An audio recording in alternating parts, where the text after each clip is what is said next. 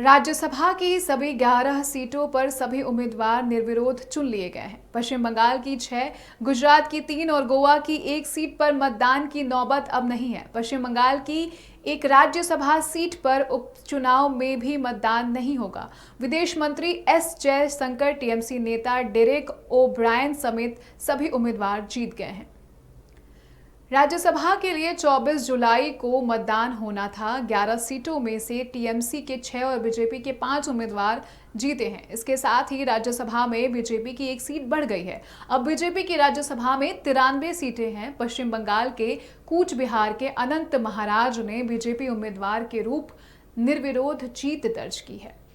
TMC के Derek O'Brien, Sukhendu Shekhar Roy और डोला सेन ने फिर से टीएमसी से उच्च सदन में अपनी सीट हासिल की है। इसके अलावा अन्य उम्मीदवार साकेत गोखेल, समीरुल इस्लाम, प्रकाश चिक बड़ाइक टीएमसी की ओर से राज्यसभा जा रहे हैं। अब राज्यसभा में कांग्रेस की 1 सीट कम हो गई है, वहीं बीजेपी की 1 सीट बढ़ गई है। बीजेपी और सहयोगी दलों की सीटें मिलाकर 105 रहेंगी।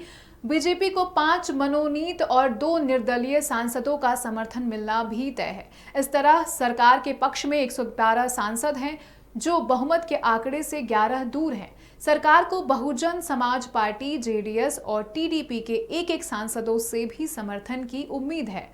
वहीं दिल्ली के अध्यादेश के विरोध में 105 पार्टियां हैं।